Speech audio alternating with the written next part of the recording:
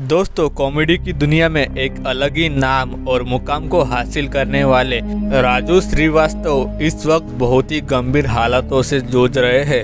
आपको बता दें, ये जिम में वर्कआउट कर रहे थे और ट्रेडमिल पर दौड़ रहे थे।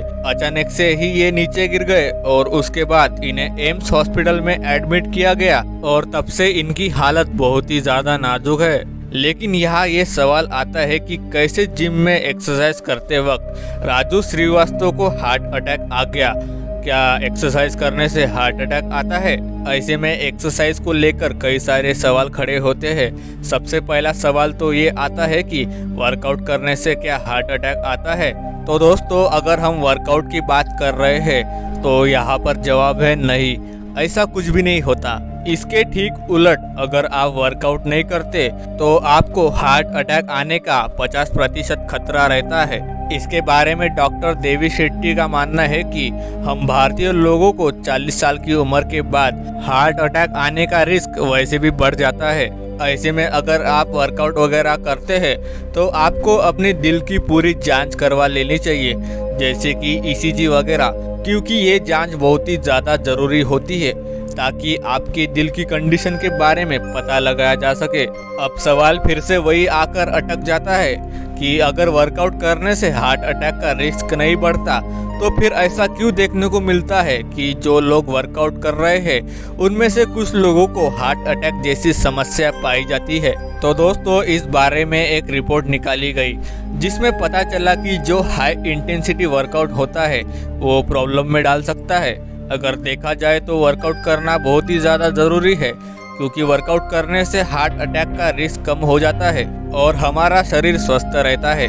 लेकिन वो कहते हैं ना, किसी भी चीज़ की अति खराब होती है, फिर चाहे वो वर्कआउट ही क्यों ना हो। यहाँ पर आपको समझना होगा कि आपके बॉडी की क्या क्षमता है, क्योंकि अगर आप द ग्रेट खली जितना वर्कआउट करने और खाना खाने लग जाएंगे तो जाहिर सी बात है कि आप बीमार पड़ जाएंगे। इसीलिए आपको अपनी बॉडी के हिसाब से ही वर्कआउट करना चाहिए।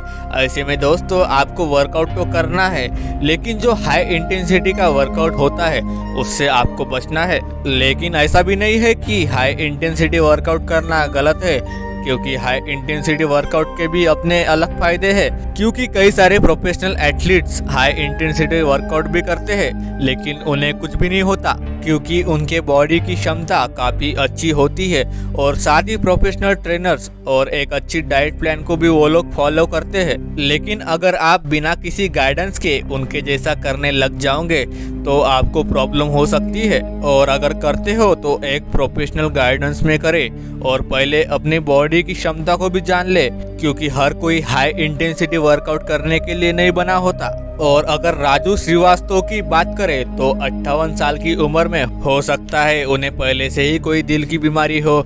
आपको बता दें, अगर आप पहले से ही किसी हार्ट डिसीज से जूझ रहे हैं तो आप रिस्क पर है। इसीलिए सबसे पहले आप अपनी बॉडी का फुल चेकअप करवा ले, खास तौर पर अपने दिल का। ऐसे यूं ही करवाने मत चले जाना, बल्कि पहले खुद को नोटिस करें कि आपको सिम्टम्स तो नहीं है, जैसे कि आपके छाती वगैरह में दर्द तो नहीं है, या फिर आपकी सांस बहुत ज़्यादा फूलने लगती है। अगर ऐसी कोई प्रॉब्लम है तो आपको अपने हार्ट का चेकअप जरूर करवा लेना चाहिए।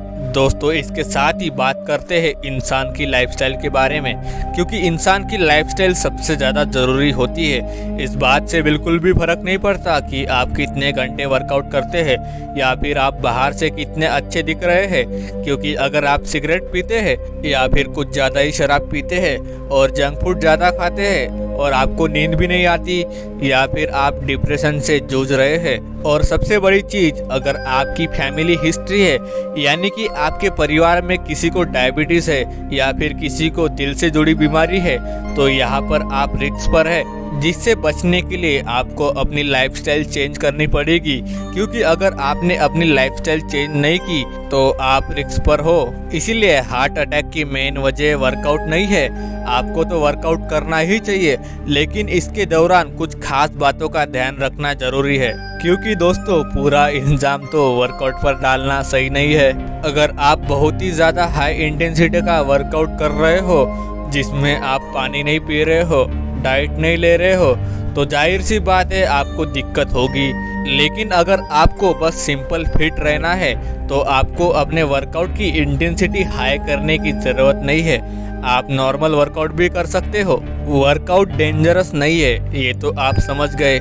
लेकिन अब और एक अहम सवाल आता है कि क्या ये प्रोटीन डेंजरस है? तो दोस्तों इसका जवाब है नहीं, ये बिल्कुल भी डेंजरस नहीं होता। उल्टा अगर आप डाइट पर है तो आपको प्रोटीन लेना पड़ेगा। इसके कई सारे अलग अलग सोर्सेस है, जैसे कि अंडा, पनीर, चिकन, सोया चंक और दाल वगैरह। ये सब प्रोटीन के सोर्सेस है।